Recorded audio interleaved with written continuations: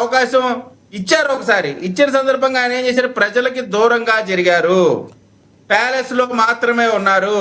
విజయసాయి రెడ్డి చెప్పినట్టు ఓన్లీ కోటరీకే ప్రాధాన్యత ఇచ్చాడు. క్యాడర్ని, లీడర్ని, ప్రజల్ని పూర్తిగా విస్మరించాడు.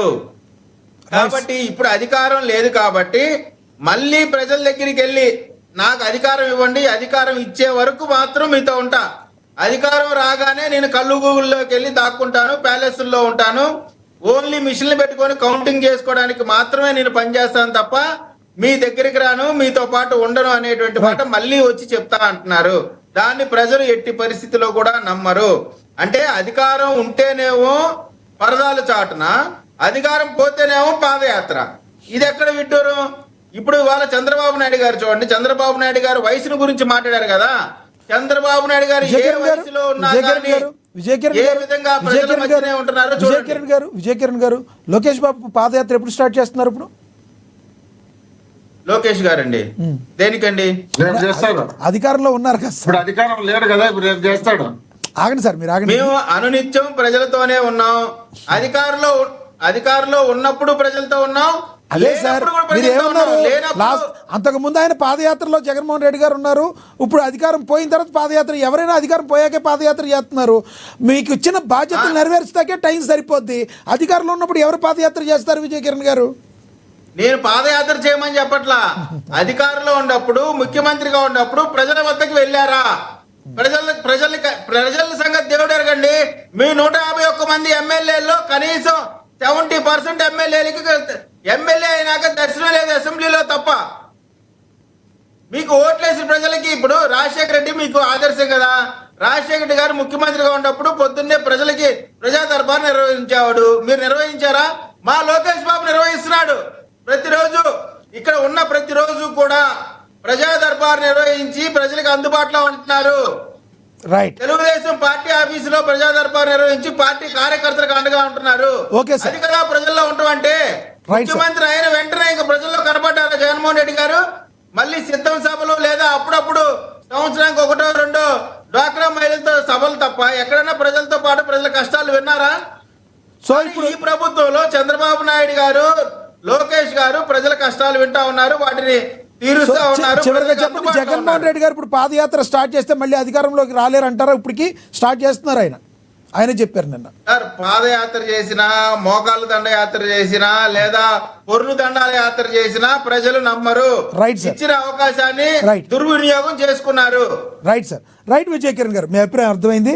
ఎస్, మోహన్ రెడ్డి గారు కంక్లూడ్ చేయండి సార్ ప్లీజ్. అక్షర్ సత్యం గారు మాట్లాడుతూ జగన్మోహన్ రెడ్డి గారు వాళ్ళ నాన్న ముఖ్యమంత్రి అయితే సంపాదించుకున్నారు, ఇది పొట్టొచ్చం మంచి పద్ధతి కాదు, కొంచెం మార్చుకుంటే బాగుంటుంది. ఎందుకంటే వాళ్ళ నాన్న ముఖ్యమంత్రి అయినప్పుడు వాళ్ళందరూ వాళ్ళ ఆయన కాళ్ళు పట్టుకోలే, ఢిల్లీకి పోయి వాళ్ళ కాళ్ళు పట్టుకోలే, ఆంధ్రప్రదేశ్ లో వీళ్ళ కాళ్ళు పట్టుకోలే, తెలంగాణలో వాళ్ళ కాళ్ళు పట్టుకోలే, ఎవరి కాళ్ళు పట్టుకోలే. మీసం బెమ్మేసి పాదయాత్ర చేసి నేను గెలుస్తాను అన్నప్పుడు అక్కడ ఉన్నటువంటి తెలంగాణలో ఉన్నటువంటి వృద్ధ కాంగ్రెస్ నాయకులపై ఢిల్లీలో నోరు కొట్టుకొని ఏడ్చే వాళ్ళు పొత్తు పెట్టుకోవాలన్నప్పుడు పొత్తు పెట్టుకున్నారు. పొత్తు పెట్టుకున్న తర్వాత రాజశేఖర రెడ్డి గారు సీఎం అయినారు. 2009లో మళ్ళీ ఇదే పార్టీలు పొత్తు పెట్టుకోమంటే మీకు ఎవరు అవసరం లేదు, నేను స్వయంగా నా మీదనే నేను గెలుస్తాను, నేను గెలిచకపోతే నేనే బాధ్యత వహిస్తాను, గెలిస్తే నాకే బాధ్యత ఇవ్వండి, మీరే తీసుకోండి, అది కూడా నాకు వద్దని చెప్పి గెలిచినటువంటి నాయకుడు రాజశేఖర రెడ్డి గారు. కాబట్టి మేము ఎవరి కాల్లో పట్టుకునే అలవాటు రాజశేఖర రెడ్డి గారికి, జగన్మోహన్ రెడ్డి గారికి లేదు. తర్వాత జగన్మోహన్ రెడ్డి గారు 2004 నుండి 2009 వరకు ఏ ఒక్క రోజు కూడా హైదరాబాద్ మకం కూడా చూడలే. ఆయన ఎందుకు సంపాదించినాడు? సంపాదించుకునే వాళ్ళు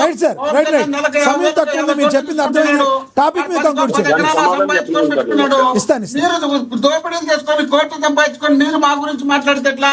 మీరు మాట్లాడేటప్పుడు విశ్లేషకులుగా మాట్లాడకుండా ఒక పార్టీ క్యాడర్ వేసుకొని కండ వేసుకొని మాట్లాడితే సరిపోతుంది. జగన్మోహన్ రెడ్డి గారు ఓడిపోతారంటే వీళ్ళంతా కలుస్తారంటే తల్ల కిందలు పడి పొర్లమని సరే పొర్లు దండాలు పెట్టమని చెప్తారేమో. వీళ్ళు 3 జన్మలు ఎత్తినా 3 పార్టీలు కానీ 30 పార్టీలు కలిసినా జగన్మోహన్ రెడ్డి గారిని ఈసారి ఓడించలేరు, వీళ్ళు గెలుచలేరు. మీరు ఎలా అంటున్నారు సార్? మీరు ఇలా అంటున్నారు. విజయసాయి రెడ్డి గారేమో మీ మాజీ వ్యూహకర్త. వీళ్ళు దోపిడీలు చేసి వీళ్ళ క్యాడరు కండవాలు వేసుకొని పోతున్నారు సార్. రేపు మీ నేను మీ కండవాలు మాజీ వేసుకొని మీ పోతున్నారు. మాజీ వ్యూహకర్త మీ వీళ్ళు జగన్ గారికి పదవులు కుటుంబమైన రేపులు చేస్తున్నారు, విజయసాయి రెడ్డి గారికి పార్టీలో చెప్పండి మరి. కబ్జాలు చేస్తున్నారు, రాష్ట్రాన్ని సర్వనాశనం చేసే పరిస్థితి వస్తుంటే ఈ రోజు జనం తిరస్కరించి వీళ్ళని దూరం పెడుతుంటే జగన్మోహన్ రెడ్డి రైట్ రైట్ జనంలోకి వెళ్ళాలనుకుంటే ప్రతిసారి అడ్డం సృష్టిస్తున్నారు వీళ్ళు. రైట్ రైట్ రైట్ 3 సంవత్సరాలు కరోనా వచ్చి ఆంధ్రప్రదేశ్ మకం చూడనటువంటి ఈ Yes, విజయసాయి రెడ్డి గారు. నాయకులు జగన్మోహన్ రెడ్డి గారు ఒకటి మోహన్ రెడ్డి గారు, మోహన్ రెడ్డి గారు, మీరు చెప్పిన అభిప్రాయం అర్థమైంది. Yes. చేపట్టినప్పుడు ఈ జగన్మోహన్ రెడ్డి గారు వీళ్ళు ప్రతిపక్షంలో ఉన్నటువంటి వాళ్ళు 3 సంవత్సరాలు ఆంధ్రప్రదేశ్ వైద్యం చూడకుండా తెలంగాణ రాష్ట్రంలో చెట్టు కింద గుట్ట కింద హాస్పిటల్లో దాంతున్నటువంటి వీళ్ళు రాష్ట్రం గురించి మీరు అన్నది బాగుంది సార్. మరి మీ మాజీ నేత ఎవరైతే ఉన్నారో, ఒకటి మోహన్ రెడ్డి గారు, మీ మాజీ నేత ఎవరైతే ఉన్నారో విజయసాయి రెడ్డి గారికి అది చెప్పండి. ఇట్ట బయటకు వచ్చి మాట్లాడి చెప్పడం దేనికని. మీరు విజయసాయి రెడ్డి గారిని గౌరవించుకుంటున్నారు, విజయసాయి రెడ్డి గారు మీ జగన్మోహన్ రెడ్డి గారిని గౌరవించుకుంటున్నారు, కానీ ఆయన చెప్పిన మాటలు మాత్రం వాస్తవం కాదంటున్నారు. ఆయన మా పార్టీలో లేడు, ఆయన మా పార్టీ నాయకుడు కాదు. మోహన్ రెడ్డి గారు, మాకు పార్టీకి మోహన్ రెడ్డి గారు, సంబంధం లేదు. మోహన్ రెడ్డి గారు అక్షర సత్యం గారు ఏదో అడుగుతున్నారు చూడండి. ఏదో విధంగా ఆయన మోహన్ రెడ్డి గారు అక్షర సత్యం గారు ఏదో అడుగుతున్నారు. మా మీద తెప్పించాలని సార్ సమయం తక్కువ ఉంది, 1 minute లో కంక్లూడ్ చేయండి. భయపడిస్తే రకరకాల ప్రయత్నాలు చేస్తున్నారు. మోహన్ రెడ్డి గారు, మోహన్ రెడ్డి గారు, మోహన్ రెడ్డి గారు, మోహన్ రెడ్డి గారు అక్షర సత్యం గారు ఏదో క్వశ్చన్ అడుగుతున్నారు చూడండి. క్వశ్చన్ ఏదో అడుగుతున్నారు అక్షర సత్యం గారు. సార్ మోహన్ రెడ్డి గారు, నేను జగన్మోహన్ రెడ్డి గారు ఏదో తప్పు చేశారని అంటలేదు.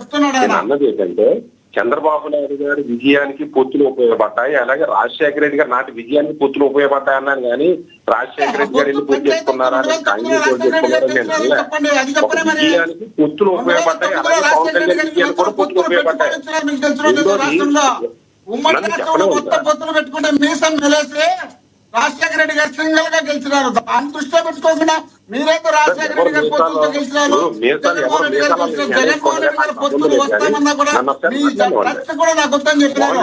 జగన్మోహన్ రెడ్డి గారు పొత్తులు పెట్టుకుని ఆయన కాలు చుట్టూ తిరిగిన ఆయన పట్టించుకోలే. వీళ్ళ మధ్య ఢిల్లీలో పోయి అక్కను అల్లిని తల్లిని చెల్లెల్లో రైట్ రైట్ రైట్ రైట్ చివరిగా మీరేం చెప్పారు? ఎస్ ఎస్ మోహన్ రెడ్డి గారు అర్థమైంది sir. Okay okay right right Mohan Reddy garu, yes yes yes Mohan Reddy garu అర్థమైంది మీరు చెప్పింది. అక్షర సత్యం గారు 30 seconds మీరు చెప్పదలుచుకుని కంక్లూడ్ చేయండి టాపిక్ మీద. సార్ నేను అనేది చంద్రబాబు నాయుడు గారి విజయానికి పొత్తులు ఎలా ఉపయోగపడ్డాయి, పవన్ కళ్యాణ్ గారి విజయానికి పొత్తులు ఎలా ఉపయోగపడ్డాయో ఆయన అబ్జెక్ట్ చేసింది అక్కడ పొత్తుల గురించి కూడా కాదండి. మోహన్ రెడ్డి గారు అబ్జెక్ట్ చేసింది ఒక్క నిమిషం సార్. సార్ మోహన్ రెడ్డి గారు దయచేసి ఆగండి. మోహన్ రెడ్డి గారు ఆగండి. మోహన్ రెడ్డి గారు దయచేసి అక్షర సత్యం గారు, అక్షర సత్యం గారు, అక్షర సత్యం గారు, అక్షర సత్యం మోహన్ రెడ్డి గారు దయచేసి ఆగండి.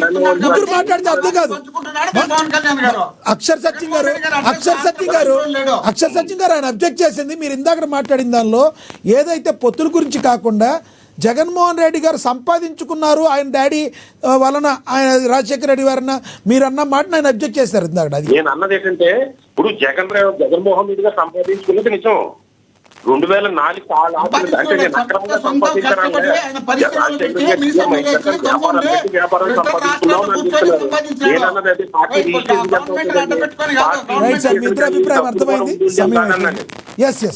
రూపాయలు పార్టీ తీసుకుని అట్లయితే కాదు 10 లక్షలు కూడా సంపాదించుకోలేడా? నేను అన్నది రాజశేఖర రెడ్డి గారి కుటుంబ ఆస్తులు 2004కి ఎంత, 2011కి ఎంత, 2014కి ఎంత, అందుకని అక్రమంగా సంపాదించాడే నన్ను అంటలే.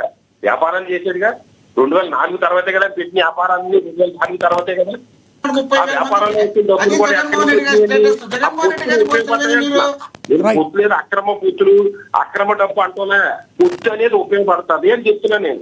రైట్ సార్, రైట్ రైట్ అండి మోహన్ రెడ్డి గారు, మోహన్ రెడ్డి గారు, అక్షర్ సత్యం గారు మీరు చెప్పింది అర్థమైంది. ఎస్ కేఎస్ ప్రసాద్ గారు కంక్లూడ్ చేయండి సార్ ప్లీజ్. ప్రసాద్ గారు కంక్లూడ్ చేయండి.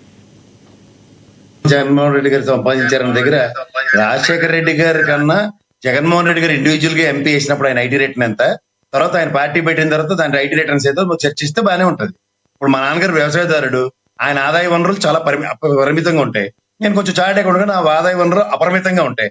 మా నాన్న లేకపోతే నేను సంపాదించినట్టు, నిజంగా మా నాన్న చదువు అనే భిక్ష పెట్టకపోతే నేను సంపాదించలేదు. బట్ 2 విషయాలు సార్, మా వాయిస్ ఏదైనా చేద్దాం అనుకుంటారు మోహన్ రెడ్డిది నాదేను, మాది మాకే అనబడుతుంది. రీసౌండ్ మోహన్ రెడ్డిది కంటిన్యూస్ గా రీసౌండ్ తప్ప జనాల్లోకి వాయిస్ వెళ్ళట్లే. అలా సాటిస్ఫై అవుతుంటే మాకే అభ్యంతరం లేదు. చూస్తున్నారు మీరు